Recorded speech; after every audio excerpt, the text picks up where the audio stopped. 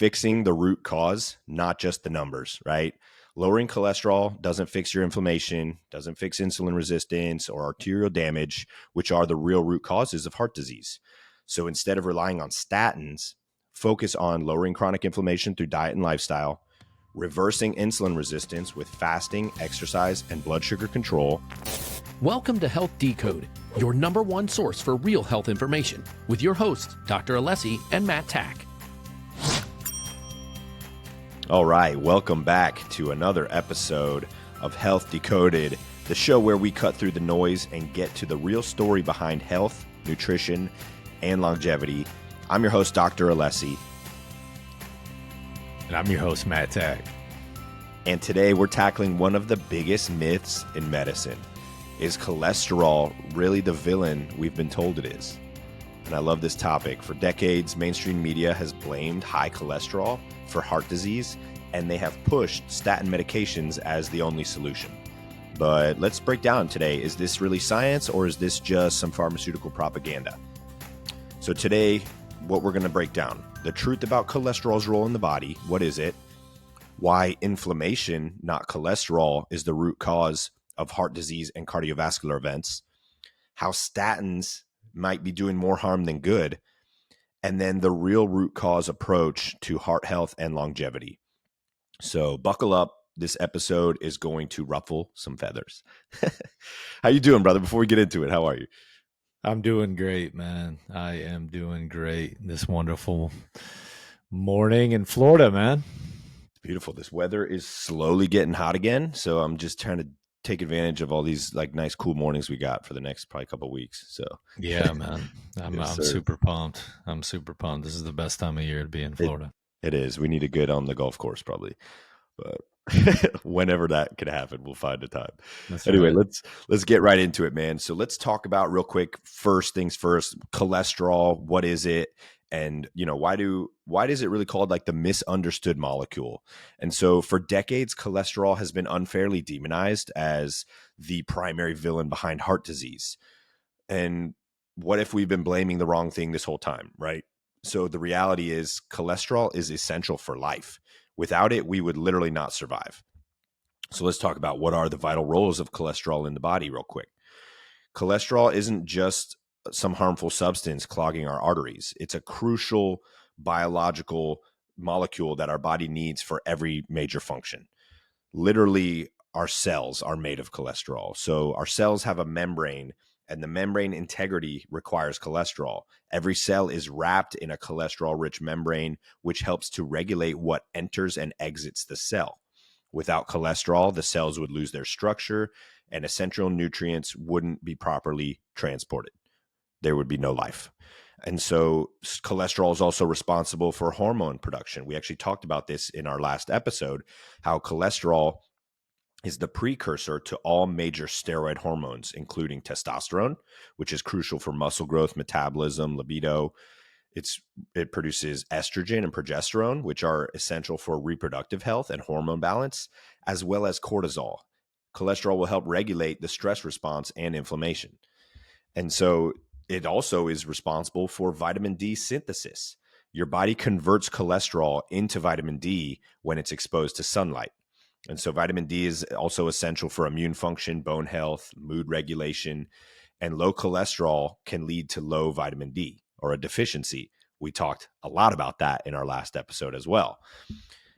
Brain function and cognitive health. Cholesterol plays a key role in the component myelin. Myelin is basically a protective sheath around your nerve cells that ensures that the brain is efficient at signaling. I like to think of myelin like the rubber outer lining on a wire, right? That's going somewhere. It helps to insulate that and allow for faster transmission of signal. So that makes it very important for memory and learning. Low cholesterol has been linked to cognitive decline and dementia, as well as the ability for our body to produce neurotransmitters. So this controls mood and mental clarity. A study actually in the Archives of Neurology found that low cholesterol levels were associated with an increased risk of Alzheimer's disease. Cholesterol is also responsible for bile production and fat digestion. So cholesterol is a precursor to bile acids, which help your body to digest and absorb dietary fats.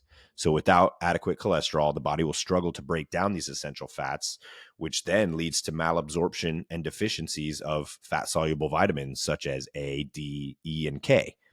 And so that's kind of a whole cascade of what can happen when our body has deficient cholesterol. And so what is this myth, right? The cholesterol heart disease myth. And what does the research actually show? On this show, we're always about research, science-based facts, not just like hypothesis. Obviously, we have our biases, but let's base some of that off of literature. And so the idea that cholesterol directly causes heart disease is based on outdated and flawed research. So the first one, the Framingham study, the Framingham Heart Study of 1971. This is one of the longest running cardiovascular studies, and it found no direct correlation between high cholesterol and heart disease in people over 50. In fact, individuals with higher cholesterol actually had a lower mortality rate. The Lion Diet Heart Study in 1999 showed that a Mediterranean diet actually reduced heart disease by 70% without lowering cholesterol levels. So this suggests that dietary patterns, not cholesterol, are the real drivers of cardiovascular health. And a neuroscientist, Dr. David Diamond, was quoted saying cholesterol is not the enemy. It's a necessary component of every cell in your body. Lowering cholesterol without addressing inflammation is like blaming firefighters for a fire just because they show up at the scene. And so what's the takeaway here? Cholesterol is not inherently bad. The body produces cholesterol for a reason, and artificially lowering it without considering overall health can actually do more harm than good. So if cholesterol is not the enemy, why does modern medicine focus so much on lowering it? Hint here, follow the money, right? Big pharma is going to make billions of dollars in profits from statin drugs. And so if you really want to focus on protecting your heart, you have to focus on the real cause of heart disease, which we're going to get into next and talk about inflammation, right? What is inflammation? How does it happen? And how is it the actual component here, not cholesterol? So then what is the real cause of heart disease? Inflammation and oxidative stress are two indicators that you need to look at. So if cholesterol isn't the culprit, then here we go. What is it? For decades, cholesterol has been blamed for heart disease, but modern research tells a different story. If cholesterol were the main problem, then why do 50% of people suffer from heart attacks who have normal cholesterol levels?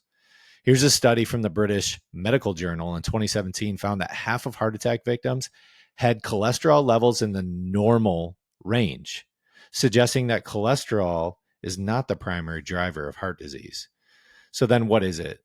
The real enemies are chronic inflammation, oxidative stress, and metabolic dysfunction. And here's some true causes of what causes heart disease. Instead of fixating on cholesterol, we need to address the root cause of cardiovascular disease. So chronic inflammation. Inflammation damages the artery walls, causing the body to send cholesterol as a Band-Aid to repair the injury. Over time, the repeated damage and repair cycles to lead to plaque buildup and the narrowing of arteries. What causes it? Here we go. Poor diet, high sugar intake, smoking, stress, and toxins. Dr. Mark Houston, an MD, he's a cardiovascular expert, says this: the primary cause of heart disease is not high cholesterol. It's chronic inflammation, insulin resistance, and oxidative stress. Lowering cholesterol without addressing these factors is like fixing a leaky roof with duct tape. So insulin resistance and high blood sugar. When blood sugar remains elevated due to poor diet, it triggers inflammation and arterial stiffening, increasing heart disease risk. This is why diabetics are 2 to 4 times more likely to develop cardiovascular disease. Here's a study by Diabetes Care in 2019 found that people with insulin resistance had a higher risk of heart attacks than those with high LDL, the silent death killer, cholesterol, right? So oxidative LDL, this is a big trigger. The real villain. LDL cholesterol itself is not harmful. It becomes dangerous when it becomes oxidized, inflammation, and free radicals reign the body. Think of LDL like a car. If it's parked safely, no problem. But if it gets rusted out, oxidized, it causes damage wherever it goes. Here's a study from the Journal of American College of Cardiology found that individuals with high levels of oxidized LDL, that rusty LDL, were 4 times more likely to suffer from a heart attack, regardless of their total cholesterol levels. This is why we preach resistance training and meditation. These are ways to reduce oxidative levels, right? So here's a key takeaway. Cholesterol is not the enemy. It's a symptom. Cholesterol is like a firefighter that arrives at the scene of a burning house. As Dr. Alessi aforementioned, blaming cholesterol for heart disease is like blaming firefighters for fires. Instead of lowering cholesterol, we need to fix the root issue here. Chronic inflammation, insulin resistance, and oxidative stress are the 3 indicators that are going to increase those cholesterol levels. Now let's explore how to truly protect your heart without relying on statins. But real quick, a word from our sponsors. This episode of Health Decoded is brought to you by Authentic Nutrition, the brand redefining what it means to fuel your body the right way. At Authentic Nutrition, they believe that what you put into your body matters. That's why every single product is crafted with clean, premium ingredients and dosed with maximum efficacy to ensure you're not just meeting your health goals, you're exceeding them. No fillers, no shortcuts, no gimmicks. Whether it's their advanced supplements for energy, recovery, or gut health, you can trust that what's on the label is exactly what's in the bottle. Authentic Nutrition delivers science-backed formulations that work as hard as you do. If you're tired of products that promise the world but don't deliver, it's time to make the switch to Authentic Nutrition. Elevate your health with transparency, quality, and results you can feel. Check them out today at AuthenticNutrition.com and use promo code Alessi15 to get 15% off. That's THENTIC Nutrition.com, promo code ALESSI15 to save 15% and take the first step toward real, lasting health. Authentic Nutrition, fuel your best self. Now back to the episode. Welcome back. So are statins really preventing heart disease? Statins are the #1 prescribed drug in the world, with millions of people taking them daily to lower cholesterol. But the real question is, do they actually prevent heart disease? Here's a study from the British Medical Journal in 2015 found that statins only reduce the absolute risk of a heart attack by 1% in healthy individuals, despite significantly lowering cholesterol levels. So if they are barely move the needle on heart disease prevention, why are they so heavily prescribed by doctors? The problem with statins are ineffective at lowering cholesterol, just as we discussed, but not the root cause of heart disease. More concerning is the fact that statins come with significant side effects, many of which are often downplayed. So here's a quote from a cardiologist stating statins lower cholesterol, but they don't address the root cause of their heart disease. Meanwhile, they come with significant side effects that often go ignored. So here's some of the statin side effects that we see in standard American medicine, right? Muscle pain and weakness. Statins deplete your CoQ10, a critical enzyme for muscle and mitochondria production. And many patients experience muscle aches, fatigues, and even muscle breakdown. Increased risk of diabetes. Statins worsen insulin resistance, raising blood sugar levels and leading to type 2 diabetes. One of our favorite sources, JAMA, in 2013 found that post-menopausal women on the statins had a 48% increased risk of developing diabetes. Here's another one, brain fog and memory loss. Cholesterol is essential for brain functions, and statins lower it indiscriminately. And here's another study from Frontiers and Agings of Neuroscience in 2018 showed that older adults on statins had a higher incidence of cognitive decline and memory issues. Another one, hormone imbalances and low test. Something we're extremely big on, but cholesterol is the precursor for all steroid hormones, including testosterone, estrogen, and cortisol.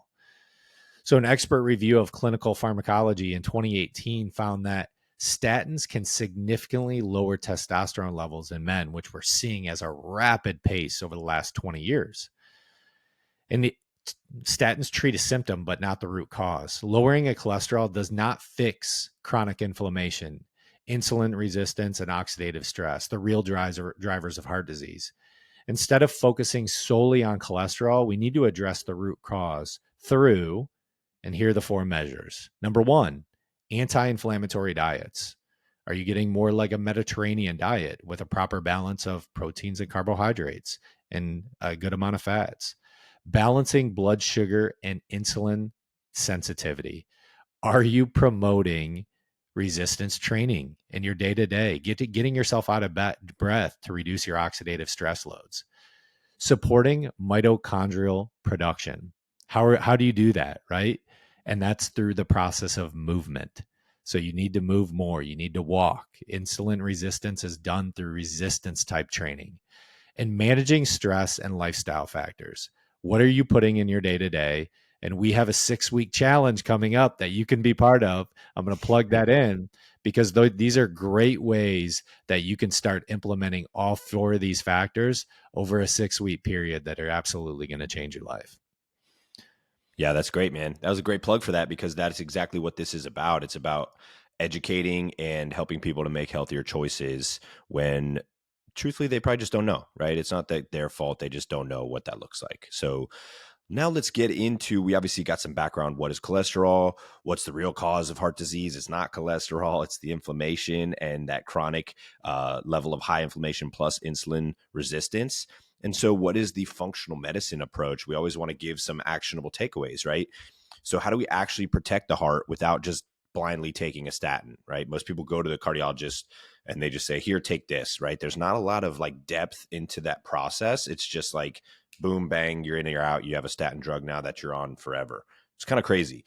And so how do we actually protect the heart, right? So again, statins are going to lower cholesterol, but that's not the problem. And so they're missing the whole point. Inflammation, insulin resistance, and arterial dysfunction.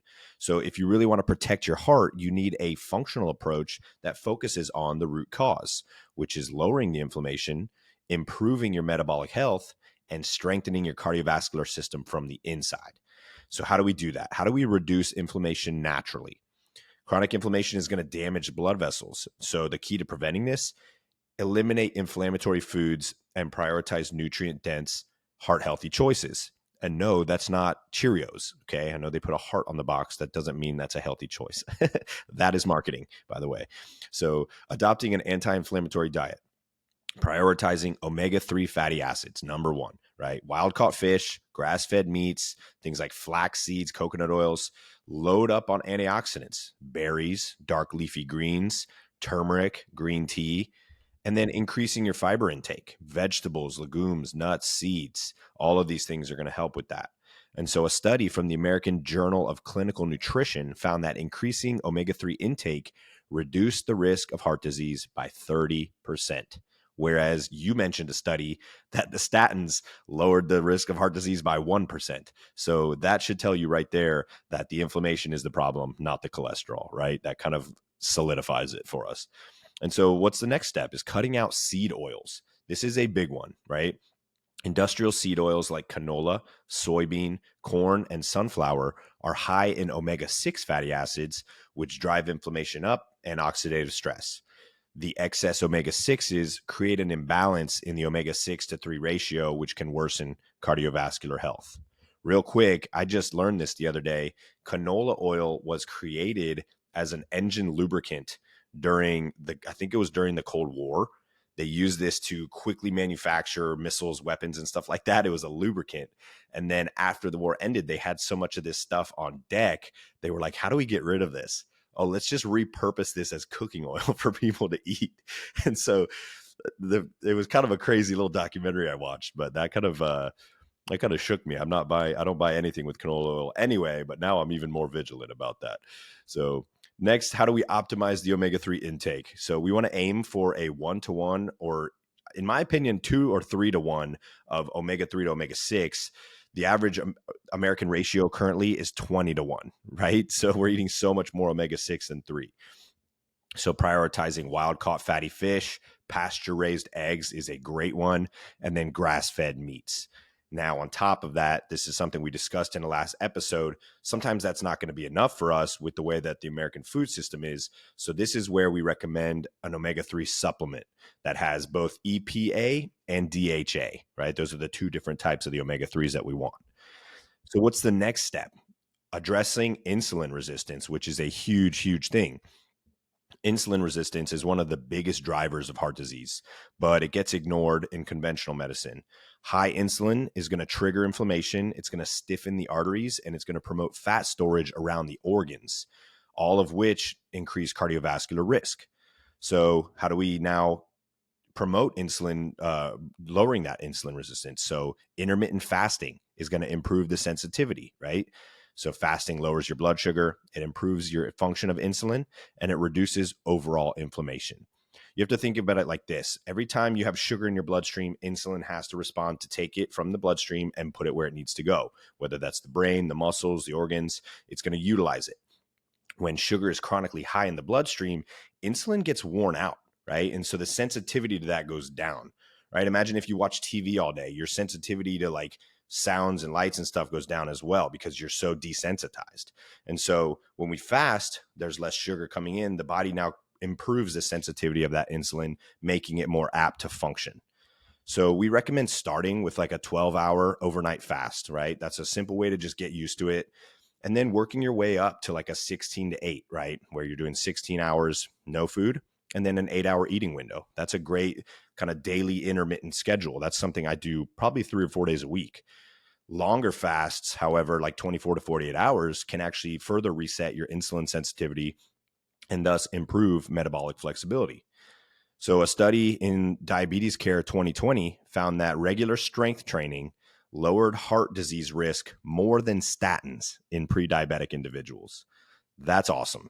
So that's a great study that was done that showed the benefits of strength training, something that you and I preach for longevity and that everyone should be doing. So let's get into that. Strength training and movement. So exercise is one of the most powerful insulin sensitizers. It's going to lower blood sugar, improve vascular function, and thus reduce inflammation. Strength training improves muscle insulin uptake, which reduces excess blood sugar. Aerobic exercise like walking, cycling, swimming is going to help clear triglycerides and improve blood vessel function. And then daily movement, right? 10,000 plus steps a day, avoiding prolonged sitting. This is going to keep blood flow and prevent metabolic stagnation. It's also going to help with lymphatic drainage, getting the lymph system to clear toxins and metabolic waste. So then how do we support arterial health and vascular function? And here's a few really profound and strong ways to do that. So a healthy heart isn't just about avoiding blockages. It's about maintaining flexible, well-functioning arteries that can properly transport oxygen and nutrients throughout the body. Magnesium and potassium. These are amazing for blood pressure. Magnesium relaxes the blood vessels and helps regulate the heart rhythm, while potassium is going to balance sodium levels and prevent the stiffening of the arteries. So some of the best sources of magnesium, dark leafy greens, avocado, almonds, pumpkin seeds, as well as a magnesium supplement with multiple forms. And then best sources of potassium, bananas, potatoes, citrus fruits, and beans. The next one on the list, CoQ10 for heart energy. So CoQ10 is a coenzyme, basically essential for mitochondrial energy production, especially in your heart. So the heart has the highest demands in the body of mitochondrial energy production. It's beating all day long, boom, boom, boom, right? So it needs that. So statins are actually going to deplete your CoQ10, which lead to muscle fatigue, weakness, and reduced heart function. Kind of counterintuitive, if you ask me. So consider supplementing 100 to 300 milligrams a day of CoQ10, especially if you're taking a statin. And then the next one is vitamin K2 for artery protection. We discussed this vitamin in the last episode as well, and how it's important to bind with vitamin D3 for optimal absorption. So vitamin K2 directs calcium into the bones and the teeth where it's supposed to be, and away from the blood and the arteries where it can cause the calcification and stiffness. And so a study in the European Journal of Nutrition 2019 found that vitamin K2 supplementation reduced arterial stiffness by 50%, significantly improving heart health. So some of the best sources of K2, grass-fed dairy like butter and cheeses, opting for grass-fed, of course, natto, which is basically fermented soybeans, pasture-raised eggs, beef liver, or a bioavailable supplement, of course. So what's the key takeaway here? As always with functional medicine, fixing the root cause, not just the numbers, right? Lowering cholesterol doesn't fix your inflammation, doesn't fix insulin resistance or arterial damage, which are the real root causes of heart disease. So instead of relying on statins, focus on lowering chronic inflammation through diet and lifestyle, reversing insulin resistance with fasting, exercise, and blood sugar control, and then support your arterial health with essential nutrients like magnesium, CoQ10, and K2. So by addressing the root causes, you're not just reducing risk factors, you're building long-term health which will then last a lifetime. And so in closing, is cholesterol the real enemy? No. Are statins the best way to prevent heart disease? Probably not. And what's the real solution? Addressing inflammation, insulin resistance, and oxidative stress through diet and lifestyle. So if you've been told that you need a statin, don't just take this as gospel. Get to the root cause of your heart health. Obviously, if there are levels that are way out of control, you can use it short term and then get back to a state of balance. But at Alessi Functional Health, we're always going to take a functional medicine approach to cardiovascular wellness instead of just slapping a prescription on the problem. We're going to test for inflammation markers, insulin resistance, and nutrient deficiencies. So if you're interested, schedule a consultation. Let's create a personalized plan for lifelong heart health. And listeners of the Health Decoded podcast who are on our newsletter can get exclusive discounts and price reductions on all supplements and blood work. And as always, if you found value in today's show, like, subscribe, and share this episode with someone who needs to hear it and want to get in touch with us or be featured on an episode. Email us questions at ask@alessifxhealth.com. And then you can go over to alessifxhealth.com to sign up for our newsletter and check out our resources page to learn more about our approach to nutrition and cutting-edge therapies. We want to thank you for tuning in to today's episode of Health Decoded, where we break down the science, bust the myths, and help you take control of your health naturally. Until next time, as always, stay curious, stay empowered, and remember, your health is in your hands. Thank you for tuning in to Health Decoded, where we break down the truth about all things health and empower you to take charge of your well-being. If you found value in today's episode, please subscribe, leave a review, and share it with someone who needs to hear this. For more resources and personalized support, visit us at alessifunctionalhealth.com and sign up for our newsletter. To hear your questions answered live on the show, send them to ask@alessifxhealth.com. That's ask@alessifxhealth.com. Until next time, stay curious, stay empowered, and remember, your health is in your hands.